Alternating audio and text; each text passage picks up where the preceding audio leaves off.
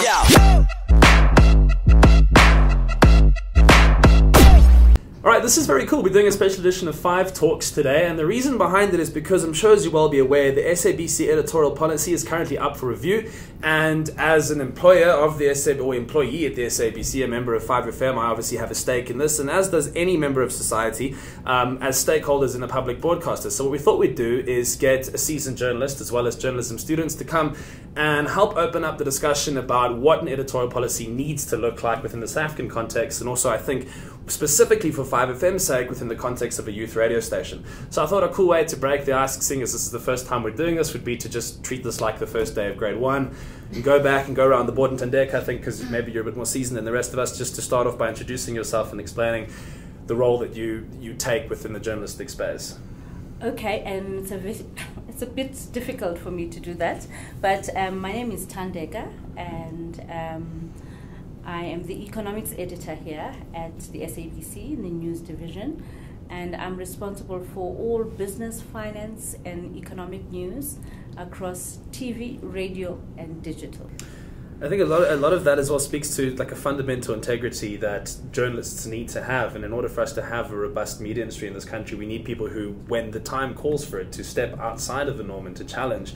There's something very, very deep and perhaps innate in a person, but something that means that they have to go above and beyond the general call of duty and just reporting about stories and actually be able to challenge the status quo. And the rest of our panel today are journalism students, and I don't know if we can, when we continue with the introduction, if you share that kind of a sentiment about what the importance of journalistic integrity is.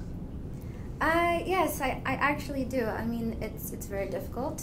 First of all, my name is Shiletelo Mavasa. I'm a final year journalism student at the University of Johannesburg. I also have a startup blog with a few of my classmates called Open Journal. It's a training platform that we want to start for students at the university. I do think that as a journalist, you should have some sort of an opinion. You have to have some sort of discretion in a particular situation that you're in. I think there are a lot of rules in journalism. You can't think for yourself. You can't do this. You know, you can't have an opinion. You can't be, they call it editorializing in journalism. But there are times where you have to break those rules. You know, creativity does play in journalism. You think of, how am I going to convey the story in a way that is not offensive, in a way that is educational to people. So I think there are a lot of things that you need to do actually out in the field that you can't really be taught in class. You know, you need to break some of those rules and use your discretion. That's where media ethics comes in. It becomes really difficult, but I think it's doable. And as Tandeka said, you know, it's doable. It's difficult.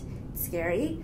I can't imagine standing up to, you know, the management section of my own news organization and being fired for, you know, telling them what they're actually supposed to do. And I mean, as young journalist students, I mean, that is the world that you will walk into inevitably, where you will be faced with a lot of ethical dilemmas, and that will become important. And a lot of what you learn, I suppose, when put into practice, will become a lot more complex. And it's a world you're excited about becoming a part of. Yeah, absolutely. Well, my name is Shireen Sapiro. I've become extremely passionate about journalism because of my past. I am a retired Paralympian. I retired after the Rio Paralympics last year. And I decided to go into journalism because I just have such a passion for people with disabilities, and I feel like I've been put on this planet to give a voice to, like, obviously your everyday citizens, but in specific, like, people with disabilities. And I think that's where a lot of the ethical challenges come in as well when you're dealing with people with disabilities. I think it's important to address the matters very sensitively, but also to inform the public that even though these people are disabled, they are very abled in their own ways. And that's something that really, really excites me, and I think it should be incorporated into the SABC. And Shireen, for you as well, this is a passion and something you feel deeply personal about. Yeah, absolutely. Like I said, it's just basically about educating the public, especially on the Paralympics. I feel like there's a lot of people that don't fully understand what goes into Paralympics, and they don't fully understand the classifications and the places where people compete. And I feel like I've been given this opportunity to be that person to educate our people. And Taylor, just to expand on that, I mean, your role as a future journalist, where do you see yourself? I kind of feel like going into journalism and going in with a need to give a voice to people that are voiceless.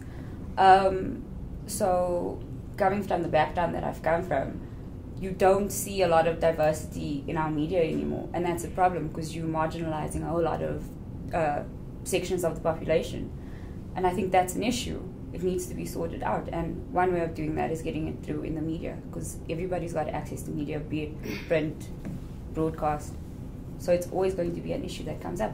I want to open up a broad discussion about the SABC's editorial policy, and specifically for 5FM. And we're a youth radio station, right? And we're mandated as part of the SABC to provide content to listeners, both in terms of our music policy, which we'll talk about later, but also we also have an obligation to abide by whatever the decisions are made with the new editorial policy. And I really want everyone to jump in as they see fit here and make this as open-ended a discussion as possible. But I think maybe if we could start with you, Thandeka, I mean, how would you, when you look at something like 5FM, right, with our space within the SABC, what do you think how should we look at what the role of a public broadcaster is specifically? Okay, let me start specifically with radio. You know, radio in Africa has got a very unique role. It's very invasive. Its power is insidious. It creeps into you, and it is the background and the soundtrack to our lives. And it is exceedingly powerful and influential. If you think that on our continent there's still a digital divide, where young people cannot access smartphones and go onto the net, and data is still an issue of money and access. So the data struggle is still real, and access to, that's what my daughter says, and then access to other forms of media is restricted. For example, print media, you need to jump a literacy hurdle to truly get that. With literacy levels so low in our country and on the continent in general, radio becomes that tool that talks to you regardless of what money you have, and all you need is shortwave, and regardless of how much data you have, how much you have in your bank account, how many years you've spent at school. So it's a powerful tool to communicate, educate, entertain, and to develop society. So I think 5FM then within radio is uniquely positioned to speak to the future of the country, about things that are fun, about things that are of concern, about things that are educative, but ultimately it doesn't matter how it's delivered, whether it's in a fun, funky platform like Power 5FM, it still is exceedingly powerful.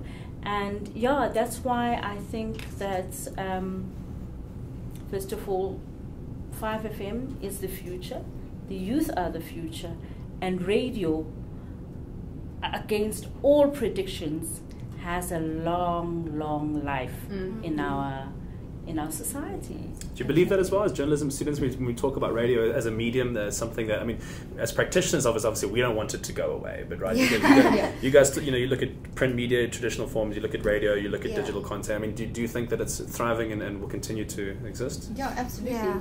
I mean, for me personally, I would rather tune into 5FM to get my information because it's fun, I'm entertained, I'm laughing, I'm having a good time while I'm driving to university, than sitting on my couch watching like a boring news bulletin. So for me, for the rest of my life, I'll always listen to a radio station, for sure. I think, yeah, it's also a matter of, because radio deals so deeply, you kind of connect on a personal level with the DJs that are on. So it's not like they're speaking to the nation, it's like you're having a one-on-one conversation with them. Yeah. And I think that's what makes it different, is TV, cool, there's somebody sitting in front of you and giving you information. Radio, you have to kind of picture everything in your head. It's almost as if the DJ speaks to you directly. That's what we're supposed to do. That's what gets across. That's awesome. You know, we talk about in the role of a public broadcaster, there is some kind of a social responsibility because of its constitutional role. I mean, how do you think you manage that correctly? I mean, we talk about like future directedness in general. We talk about trying to build an editorial policy that's going to be ultimately better for all people in society. How do you think we look to govern something like that? I think first of all, I think it's important to realize that the youth, particularly people in their late teens to late 20s, are the most marginalized group in our society. And they actually form the biggest part of our population. So you can't ignore them. So I think tools like 5FM are very important to actually communicate with those people effectively. And we were actually speaking earlier, and I mentioned that it's really important not to focus too much on the older voices. Yes, bring them in, of course, right? But it's almost as if age gives you some sort of trust level in terms of what you have to say. But then when you're young, and you always have they say you have the best ideas in your early 20s, and if you're not given the platform to articulate those brilliant ideas, then we're going to lose a lot in terms of what we can do for our future. So I think it's really important to involve young people in public discussions. I think it's really important to go out and find what they have to say on politics, fashion, art, because we have a lot to say. Those little conversations that we have on the grass at varsity, they are powerful. There are so many young people that I've met, that I've made friends with, that have genuine ideas. Yeah. We could get together and write books and fill a library.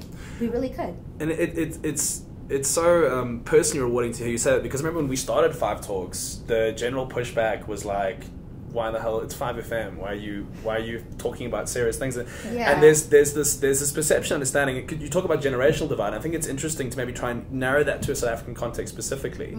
There seems to be this idea from people in an old generation that we're not interested. Yeah. That we're and I don't know why that would be the case. I don't know if it's a global phenomenon or if it's unique to South Africa, but I would think that the kind of understanding that I have of it in general is that I think, given our context, I think we're far more likely to be interested in politics, because and far more interested to be likely to be interested in how society works and how the economy functions and how decisions are made. Because I think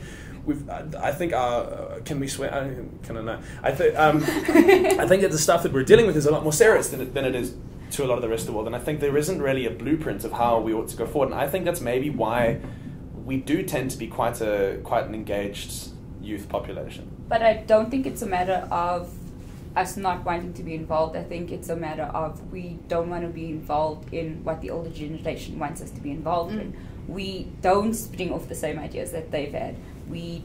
They've brought us up differently, so we've got our own ideas, we've got our own future that we want to put in place. And it doesn't coincide with what they wanted, and therefore it's a matter of, the younger generation isn't interested anymore.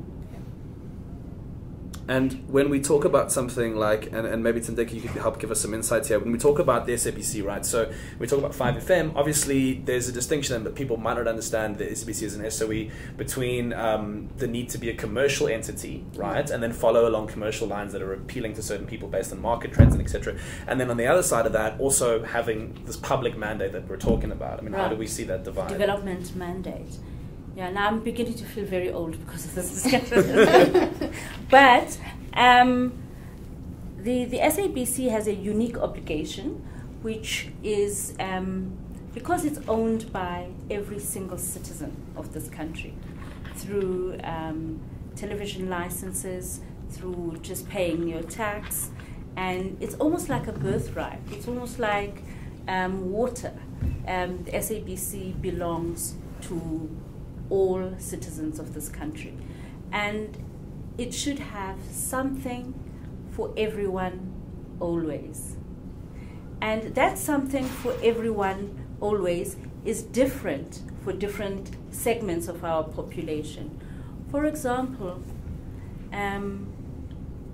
if you were young in your early 20s and you grew up in Ngeleni, which is some part of the Eastern Cape, rural Eastern Cape, your concerns may be, how do I ever get to university? How do I ever leave my parents and still have enough to remit, even as a student, to send home? And so if we bring to you ideas on the funding model for higher education, I'm speaking to the same person in Ngeleni, I'm speaking to you as well, because there's been a diminishing state contribution to higher education, financial contribution to higher education. But you won't know that is what is plaguing you if you're sitting out in Relin. You won't know if Nick doesn't have a chat session on 5FM where it's an intergenerational dialogue where somebody from Treasury comes and says, oh, we've been paying less and less as the years go by, and we've been passing that amount of money on to the parents to carry the can. And if you sit in Releni, you are entitled to a scholarship through NSFAS, like this and like that, and this is how to go about it. So Nick has a unique responsibility that somebody sitting out at, I don't want to mention other radio stations. No, please do. Oh, okay. Like Cliff Central. Cliff doesn't have the same social obligations placed on him by legislation that require that Nick educates the young lady in Releni as to what her options are to empower herself so that she can participate better in the economy and so that she can better her life, the life of her future descendants, and the life of her mom and dad who are sitting out there. So Nick has that obligation, whereas somebody sitting out even on 702 does not have quite the same obligation that Nick carries, because Nick is funded by the taxpayer. And the taxpayer, in our collective consensus, which is the South African Constitution, says the broadcaster is for all of us. So if we take one thread, right, and we make that thread say youth, because at the same time there's this part of the listenership base that is said to be like 16 to 24, whatever is the primary core audience. Yes. And we acknowledge that what we're talking about here is we're talking about like a massive divide across people in South Africa. We're talking about pockets that don't speak to each other. We're talking about misunderstandings, but we're also acknowledging the fact that within a certain market space, obviously we want to create some kind of a narrative or some kind of a thread. How do we do that in a positive way so that we can convey these kind of messages that maybe bridges don't currently exist for?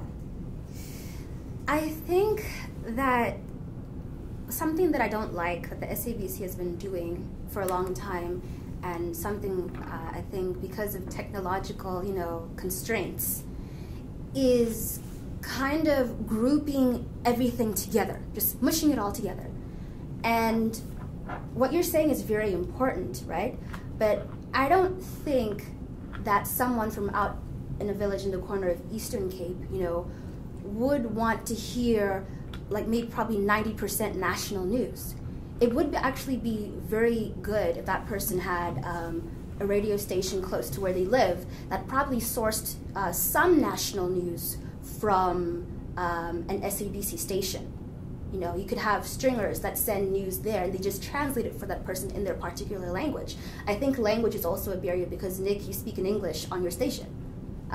So people want to understand what you're actually talking about, what you're saying. So that particular radio station is going to cater for what that person is experiencing in their own community. It's going to help them voice their opinions. They're going to call in, they're going to tweet if they can tweet, if they have the privilege of having a cell phone in that particular area. Mm-hmm. So I think also on the television side, we were speaking about this in the morning. I feel like with new technologies, with the digital terrestrial television especially, it might open up a lot of opportunities to stop all this, I think you can call it mushrooming, of programs that cater for different people. Kids also, from a young age, from age 3, watching that SABC Junior channel, they can grow up in a space where stereotypes become diluted. Because now they even learn a language, and you can even make it as niche as possible, probably tap into the Italian community in South Africa. There's so much opportunity, I think, that technology can afford us. So we speak about, and then creating new and more nuanced platforms, and there is this major surge. You speak to a lot of journalists, especially young journalists, who talk about community-based news and the ability for that to speak to a community in the way in which a broader national station maybe can't. But do you think that, given that there is a role that 5FM has to play then within that space? I think 5FM being a national radio station, they're playing the role that they need to play at the moment. The Broadcasting Act says that the SABC has an obligation to train. in the industry and to ensure that there is a rich crop of skill throughout the industry. Now, in the previous broadcasting or publishing or editorial policies, we haven't really, paid attention to that requirement of the Broadcasting Act.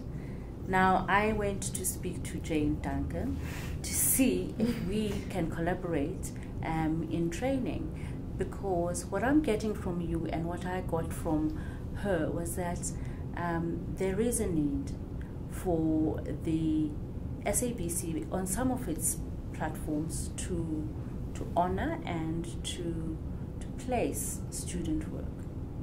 And there is definitely an obligation in legislation for us to train, to mentor, and to grow the future talent of the industry.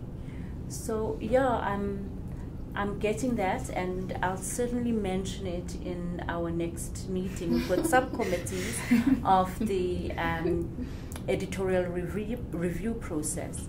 But you must understand that when an SOE goes through the kind of experience that we all know the SABC has gone through, when 5.1 billion rand is missing and unaccounted for, then you know that the first casualties are things like training, because people see them as surplus to requirement. So we are trying as an organization in renewal to move towards a situation where we can embrace all those obligations in the mandate and in the legislation, as well as to live by governance rules and the PFMA, so that we can have energies and conserve our money and our human capital, so that we can impart and train and groom and interact with student work as well as young people, so that we can ourselves be enlivened by it. Yeah, of course. Something, and this is this maybe jumping a little bit, but something I really do want to get to while we have the time this hour and today. We speak a lot about the fact that all as journalism students you've admitted to the job market being a very tough one to find a place to fit into, and at the same time you've spoken about how there is now open access in this world in terms of technology, in terms of online, social media, etc., to be able to create your own platforms and tell your own stories. And at the same time as well, you have traditional media that maybe can't quite keep up with the world in the same way that it historically has needed to. Yeah. Say, for example, you talk about things like Twitter, like social media, and the way that those we've seen can drive narratives, change discussions, be positive, negative, whatever. But at the same time, I know that previous to 2008, the last kind of editorial policy that the SABC is kind of looking at now, 2004 Yeah. even, there was no social media then. Exactly. So now, obviously, this must be a major concern for us going forward when we draft the policy. And it's exceedingly exciting because the younger people in the newsroom are really trying to future-proof and move out and be on the avant-garde of emerging global journalism. We have an opportunity at the SABC to set the global world standard, because very few people have to start from scratch like we have and reimagine a future for an entire industry, and to set a standard for bots reporting. I didn't even know what that was before this process began. Data-driven reporting. Where do we place citizen journalism? How do we handle it? How do we fact check? How do we use emerging platforms? We're beginning to create ethical and principled ways of dealing with new forms of reporting, simulacrums. Yeah. We've got new rules. We're thinking of new rules for visual storytelling. So all of this is, and doing this across a multiplicity of platforms simultaneously, 24 hours. So this is exceedingly exciting, and we can future-proof the editorial policies. But because those editorial policies come from 2004, during my young days when I was young, and Yeah. so what then happens is that the younger people involved in the process just shove themselves because it's a voluntary process. Let me tell you, when we get into that S2 room in the news division, we collapse all our ranks. There is no one with a rank. Yeah. There is no one who's got a higher position than the other.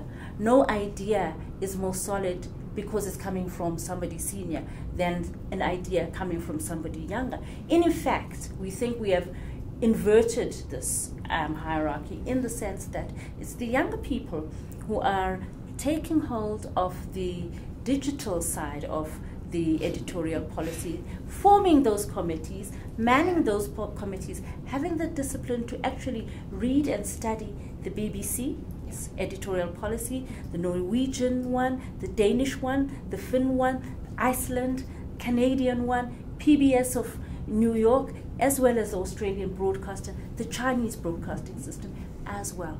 So we are in the process of importing world best practice from everything that we can lay our hands on and try and mush it all together, to use your word, mush it all together and produce an indigenous South African editorial policy that we can all be proud of.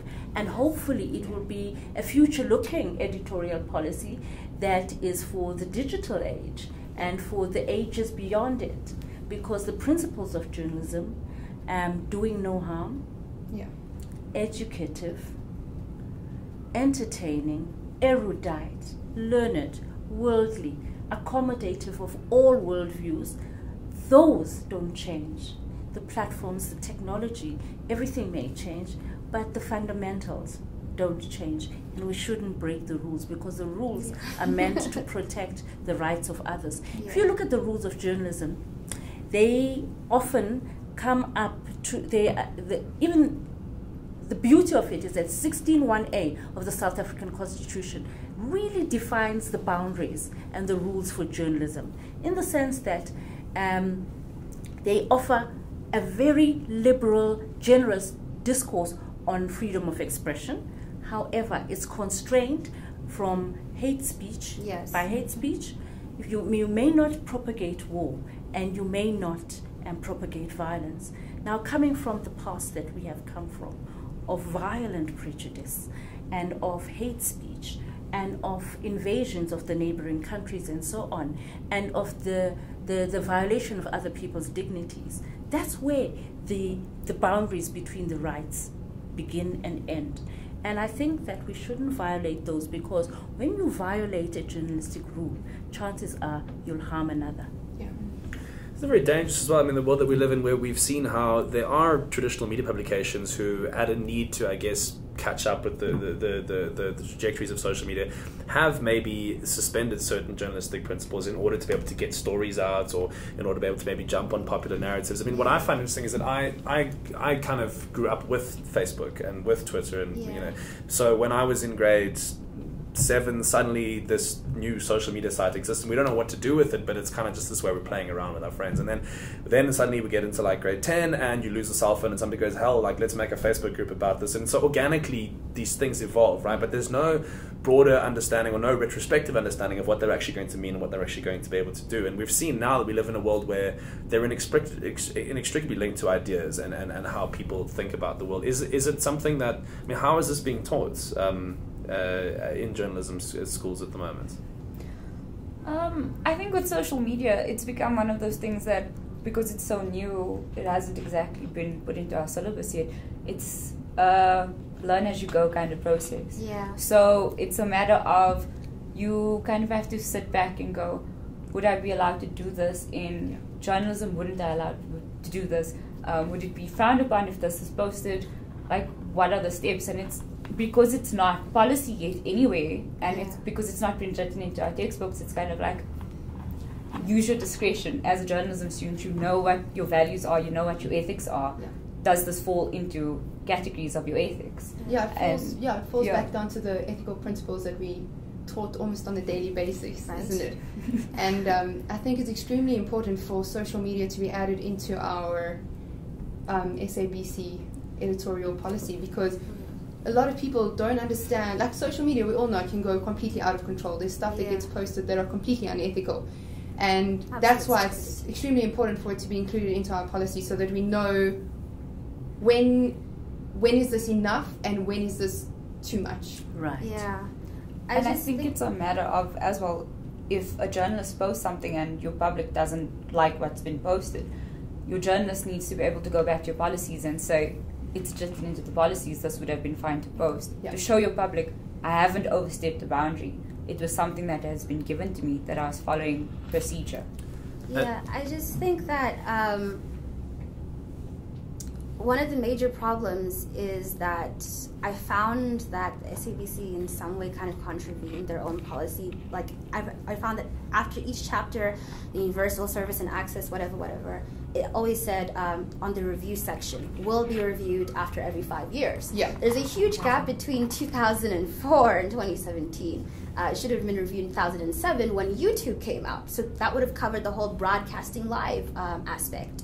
On breaking the rules, what I mean particularly, and I know you understood this, I just wanted to clarify, was that this view of journalism as it's a very kind of like, you're like a brick, you know, you don't feel anything, you don't think for yourself, you have to feel. You know, you have to have emotions, and you say you need to use the Constitution. You have to think about, you know, is this going to offend people? You know, you have to think about a wide variety of things. You have to take things into consideration, and you need to be creative as well in your story ideas that are going to educate people. They're going to touch different people. On the aspect of tweeting, right? It's something that she's right. It's learn as you go. It's something that our lecturer tried to teach us, you know. She had probably knew more than him. I did. That's what I was thinking. I knew more than her. I really did. I listened to some of what she said. Like, can I teach this class? Because there are some things that are just constantly changing, and there really isn't time sometimes to even teach us. You know, a lot of seasoned journalists have everyone has a problem live tweeting. You forget what they said. You know, you have to go back to it. But then I think tweeting is the new form of note-taking, because I'm really bad at note-taking, first of all. I've noticed that. Yeah, so I think that this new space, it's tricky, but I don't think it's too difficult to actually navigate. I think we can learn it. You know, I think that the key remains that there's going to be a lot of noise in the public, and journalists need to regulate all of that noise. You need to contextualize, because you need to know what's going on. You shouldn't get your news from Twitter. You are the news. You are the one who's telling people, yes, there's all this information, because a lot of the time I'll go on Twitter and there's going to be a lot of things that are happening and I get confused, but then I like to go for the news articles. What is the Mail and Guardian saying? What is Times Live saying? Because it contextualizes everything for you. But it's interesting what you said at the same time is like there is still that in journalistic responsibility to manage the discourse. But we know that we don't live in a world where that's happening right now. I mean, we know we live in a world where shared information is driven by echo chambers. We know that Twitter is essentially, especially when it comes to complex social issues, often just a case of pitchforks and hashtags. And we know that publications are there's a currency to levy off of this, to leverage off of that. So how do you manage that going forward? I mean, do you think? I suppose the question is, do you think that fundamentally the idea of what Twitter and what social media is in its current form is a good or a bad thing? I think it's a good thing. I think it's a good thing. Yeah. Twitter I think is it's very just political. Like, it also boils down to the fact that, like, it just reaches a much bigger audience. Whereas on the, like, maybe someone's not listening to the radio when they're in the car, but as a student, for example, we always have our phones on us, and we can always scroll, and we can always tweet, we can always like, we can always share. So of course it can definitely be a bad thing, but with regards to keeping people informed, I think it's great. I think we must be alive to the critique of social media that's coming from people who are looking at the broader picture and seeing what the problems with the discourse are, what the echo chamber effect, what's limiting the discourse. How could a grouping or a company, a PR company like Bell Pottinger so infuse the public discourse and have even discussions about power polluted by phantom messages, phantom messaging.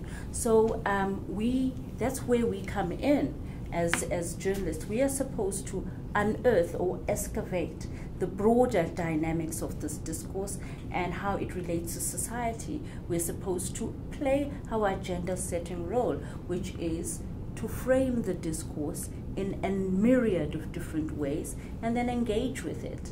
So I agree with you that stilted journalism is ultimately not helpful and is kind of boring, but because journalists have to be the ultimate empaths. But you cannot empathize to the point that you lose your mind. You have to always have your thinking cap on and play within the rules. Yes. Yeah, I mean, because at the same time, there's a lot of the psychology to social media that we know we don't understand, and a lot of the kind of preliminary information that we're getting back about it does seem to indicate that cultures on social media are a lot more negative than they are in real life, and people do tend toward types of thinking that they wouldn't necessarily engage in were they asked in a public space to do so. And I think that can be very dangerous, especially as you're saying, is if we allow for narratives to be disrupted by external companies that are being paid money to basically create a public discourse that wasn't there prior to it. And I think that going forward in South Africa, when everything is inherently incredibly complex because of our past, I think that we need to be really mindful that we don't go about doing it the wrong way. Because we hurt people. You know, I was something that I'd be interested to know, just kind of in wrapping up, right? So now we as South Africans and as 5FM as a youth radio station, we want to try and do more kind of stuff like this. We want to open like genuine discourse among young South Africans to be able to talk about real issues from a broad range of, from what we're talking about today to a variety of other things. But if you look at, like, say, the election periods that will come up in the future, and you look at the role of a radio station to engage the public with political parties, do you think that there's a space within a youth station to do that in a robust manner? Do you think it's dangerous to allow people who are radio presenters and maybe not journalists, not qualified political analysts, to be able to kind of host those kind of shows? I mean, how do you think that should be managed? Can I ask you something? And can I ask the lady something? What do you think of brown bags? I know they are very popular on campuses in the United States, where either a radio station would show up on campus and would film it, and you guys bring your lunch, and we have brown bags, and we discuss just one topic on campus. Have you come across the brown bag? We didn't have that. I was Stellenbosch. We weren't taught about the brown bag. No. I was at Columbia, and on the lawns you do brown bags. So yeah, I was just asking if that would be a way to go. Or? I think that's a good idea. It's It's really starting a discussion with students. It'll also give you access to a diverse group of students, because then it wouldn't just be journalism students, for instance. You could have students from thousands of different walks of life giving input on a specific topic. And I think that's a good thing, because then it kind of puts you in a position where you have access to this information, and how you go about using the information is up to you. And I think that would also be like a really cool platform for 5FM to explore, whereas they invite students from many different walks of life. Maybe, for example, let's use UJ, bring in students not only from the journalism department, but also from the Faculty of Education and the Faculty of Business, and etc., etc. Bring in many different people, get their opinions on specifically the election, and then take it from there, where your listeners can get all the different opinions from other people, and by being informed on many different elements, they can make their own informed decision on who they would like to vote for. What about the disruptions on campus, the attitude towards freedom of speech of some of the young students, and even beating up people who have a different view from themselves? I think that's be a left thing. That's normally students who are might be part of some sort of political organization. Right. I think students who you might find who are not wearing any branded clothing will be more diplomatic in their approach. I don't think that every single student, it goes back to an idea that is had of our group as the youth. You have one person going out and disrupting a public talk, and suddenly everyone is like that. That's actually not true. We don't have one face as the youth. I can tell you right now, there's a lot of intellectual gold at universities. I can promise you that. What can be discussed at those brown bag sessions could actually inspire policy. young people are very intelligent and they're very clued up on these things. I learn a lot from a lot of my friends. We were actually talking about, she mentioned education students, if you could bring back those type of mindset learn sessions that were had before, and not putting them at 5 o'clock in the morning when no one would watch, Right. You put them in that preteen channel or that kiddie channel for SABC, and you have education students coming in and doing their practicals there. So you have more space for people to get actually trained from different fields that have nothing to do with media, because you might find that space in schools is very limited, so they can't do their practicals there. So I think it's going to open it up a lot. I think there are lots of opportunities, and you've seen right now we have a lot of creative ideas. We could have. Who do we talk to? We can sit here all day. Who do we talk to? We can give them a list of things to help improve the policy. I really like what you say as well about people being a lot more nuanced than they're often seen to be as a group. Yeah. And that, I think, comes back to some of the concerns that I have about social media, and that they want to box people. And there's a need for journalism to step outside of that, to be a lot more honest and probing. And you're right, we could have this conversation all day. Yeah. We really could. And I hope this isn't the last time. And maybe as SABC can look into something like that brown bag policy. I mean, I think that could be a fantastic thing to do. Yeah. And I'd happily give off my free time to be a part of that. But to all of you, honestly, for coming here for the past, I don't know how long we've been chatting, hour or whatever it was. But thank you so much, and especially Thandeka, somebody with your expertise and somebody that has been through what you've been through within the SABC and will continue to go through. I really thank you for coming and sharing with us. And I mean, you guys are the future, to use the cliche, but there's truth in that. And I really hope that this isn't the last time that we as 5FM do this. I think we must continue to have these kind of discussions. And it's really cool when you have them in this space now and not specifically on air, because it doesn't matter what you say, you know what I mean? You're not policed by the same kind of restraints of time, and you're able to be a lot more like kind of expansive in your ideas. So to everyone that's been a part of this, hopefully in Mulga, hopefully it happens again. Yeah. Thank you very much. Thank you. Thank you. Yeah.